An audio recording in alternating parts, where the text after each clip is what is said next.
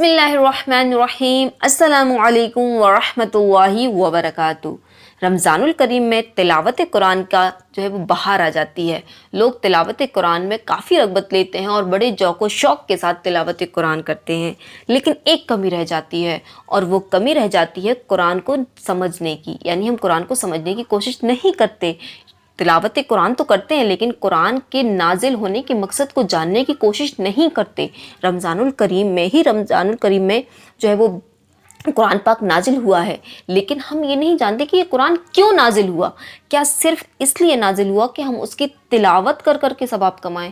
کیونکہ میں اس کو انکار نہیں کر رہی کہ تلاوت یقیناً ثواب کا کام ہے اور ہر حرف پر جو ہے وہ نیکی ہے، تو آپ تلاوت بھی کریں، لیکن کیا صرف قرآن پاک کے نازل ہونے کا مقصد تلاوت ہے کہ ہم اس کی تلاوت کر کے ہی ثواب کمائیں؟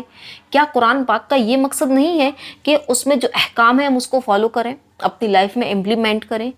قرآن کا سب سے بڑا اور سب سے جو اہم مقصد ہے اور جو اللہ عز و جل نے جو نازل کیا ہے وہ اس لیے کہ ہم اس کو سمجھیں اور اس کو سمجھ کر اپنی لائف میں جو ہے وہ اس کو امپلیمنٹ کریں اور اس کے اکارڈنگ اپنی لائف کو جو ہے وہ گزاریں۔ یہ ہے اصل مقصد قرآن کا۔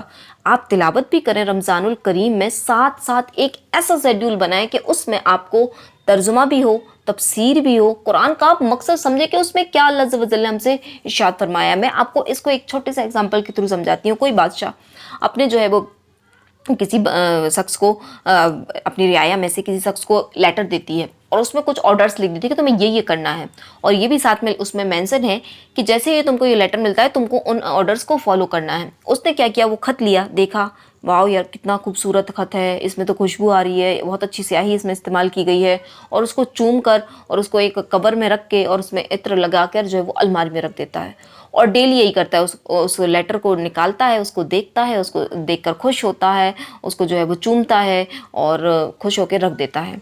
کچھ دن بعد بادشاہ اس شخص کو بلاتا ہے کہ تم نے جو لیٹر میں نے تمہیں بھیجا تھا اس کے اکارڈنگ تم نے جو ہے وہ اس کو کام کیے ہیں؟ وہ کہتا ہے نہیں، میں نے تو اس کو دیکھا اور اس کی تعریف کی، میں نے اس کی تعریف کی کہ بہت خوبصورت اس میں لکھائی ہے، اس میں بہت جو ہے وہ اچھا لکھا ہوا ہے، لیکن میں نے اس کو پڑھا نہیں کہ اس میں آپ نے کیا لکھا تھا، نہ اس کے اکارڈنگ جو ہے میں نے کوئی کام کیے ہیں۔ تو اب آپ بتائیں بادشاہ اس کو کیا کہے گا کہ میں نے تمہیں اس لیے دیا تھا؟ تو بادشاہ اس کو سزا دے گا یا اس سے خوش ہوگا؟ تو یہی دیکھیں ایک بلا تمثیل اللہ عز و جل نے قرآن ہم کو صرف اور صرف تلاوت کے لیے نہیں دیا ہے۔ اب دیکھیں ہم عربک نہیں جانتے ہیں تو ہم کو کیا کرنا ہے، اس کا ترجمہ پڑھنا ہے اردو میں۔ اگر آپ اردو جانتے ہیں، ہندی جانتے ہیں تو الحمدللہ بھی ہندی میں بھی جو ہے وہ ترجمہ اویلیبل ہے، تو ہم ہندی میں ترجمہ پڑھیں، اور اونلی ترجمہ نہ پڑھیں، پھر اس کی تفسیر بھی ضرور پڑھیں، کیونکہ صرف ترجمہ سمجھنے سے جو ہے وہ ہم کو پڑھنے سے ہم کو سمجھ نہیں آتی کہ یہ آیت میں اصل مقصد کیا ہے، ہم کو تفسیر پڑھنا ضروری ہے۔ تو گزارش ہے آپ سے کہ رمضان الکریم میں جہاں آپ تلاوت قرآن میں مصروف رہتے ہیں، ساتھ ساتھ ترجمہ اور تفسیر کو بھی ایڈ کر لیں۔ اگر آپ ڈیلی 2 پارے پڑھتے ہیں تو 1 پارہ کر دیں، جو 1 پارہ پڑھنے میں آپ ٹائم لگا رہے تھے اس کو آپ سمجھنے میں تلاوت قرآن کی جگہ ترجمہ اور تفسیر سمجھنے میں لگا دیں۔ آپ یقین مانیں آپ کی لائف میں رمضان کے بعد چینج آئے گا۔ ہماری لائفوں میں رمضان کے بعد چینج کیوں نہیں آتا؟ کیونکہ ہم صرف رمضان الکریم میں تلاوت کرتے ہیں، تلاوت کرتے رہتے ہیں، اس کے بعد جب رمضان آتا ہے تو قرآن بند کر کے رکھ دیتے ہیں، پھر ہم کو تلاوت کی توفیق بھی نہیں ملتی۔ کیوں؟ کیونکہ ہمارے اندر نور نہیں جاگا ہوتا ہے۔ جب ہم نے قرآن کا جو مقصد ہے اس کو نہیں پہچانا ہوتا ہے تو ہمارا قرآن بند ہو کے رکھ جاتا ہے اور 11 مہینے بند رہتا ہے، صرف ہم رمضان میں تلاوت کرتے ہیں۔ ایسے ہی ہوتا ہے نا، آپ میری بات سے ضرور جو ہے وہ متفق ہوں گے کہ بات بالکل میں صحیح کہہ رہی ہوں۔ پھر اس کے بعد رمضان کے بعد جیسی لائف پہلے تھی ویسے ہی رہتی ہے، لیکن اگر آپ ترجمہ تفسیر کو پڑھیں گے، اس کو سمجھیں گے، تو آپ کی لائف میں رمضان کریم کے بعد چینج آئے گا۔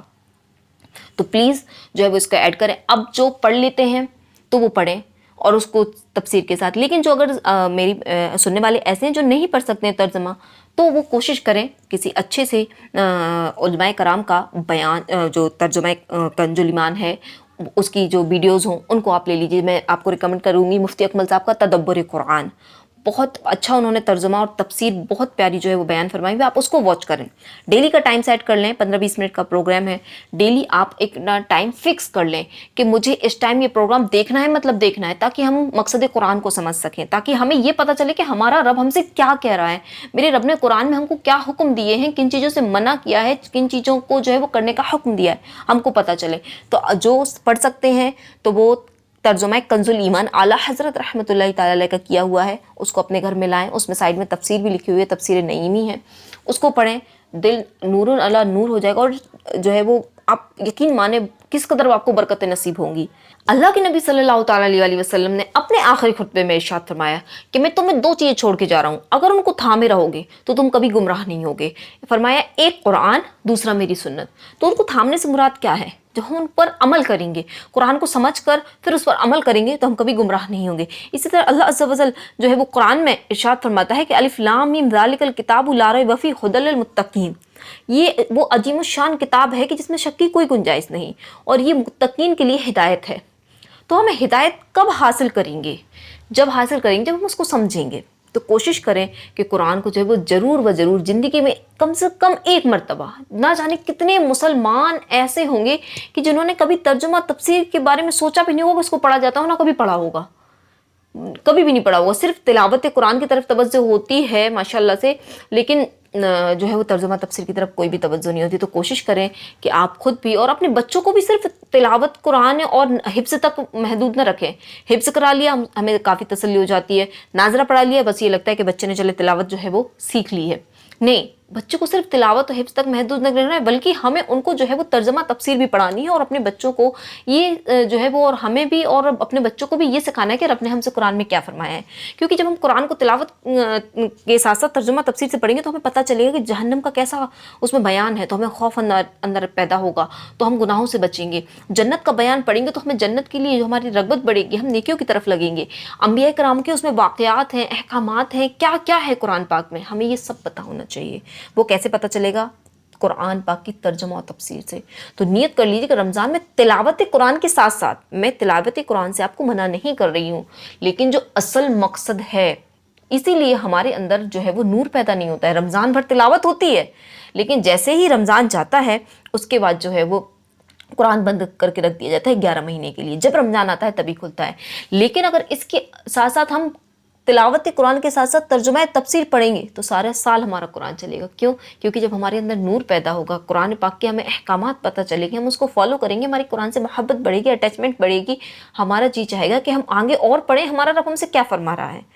ہم صرف جو ہے وہ شوق میں تلاوت کر لیتے ہیں رمضان میں، باقی ہمیں 11 مہینے قرآن سے مطلب نہیں ہوتا۔ یہ بالکل غلط جو ہے، اور یہ بالکل اچھا رویہ نہیں ہے۔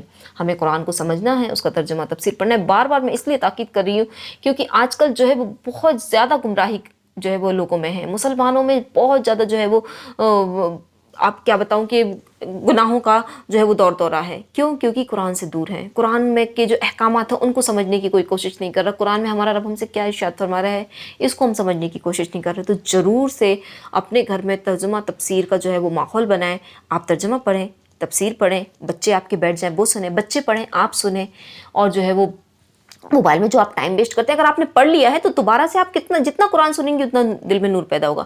آپ اگر پڑھ بھی لیا ہے تو آپ موبائل میں بھی ترجمہ تفسیر علماء سنی، علماء اہل سنت سے جو ہے وہ آپ بالکل سنیں، تو اللہ نے چاہا بہت برکتیں ہوں گی، اور سننا چاہیے۔ اللہ عز و جل ہمیں رمضان میں تلاوت کے ساتھ ساتھ ترجمہ تفسیر پڑھنے کی توفیق عطا فرمائے، تو قرآن پاک سے جو ہے وہ ہدایت لینے کی توفیق عطا فرمائے، قرآن پاک کو جو ہے وہ سمجھنے کی توفیق عطا فرمائے، اس کا جو مقصد ہے اس کو سمجھنے کی توفیق عطا فرمائے، رب نے جو ہمیں احکامات دیے ہیں ان کو سمجھ پر ان پر عمل کرنے کی توفیق عطا فرمائے۔ آمین بجاہ نبی امین صلی اللہ تعالیٰ علیہ وسلم۔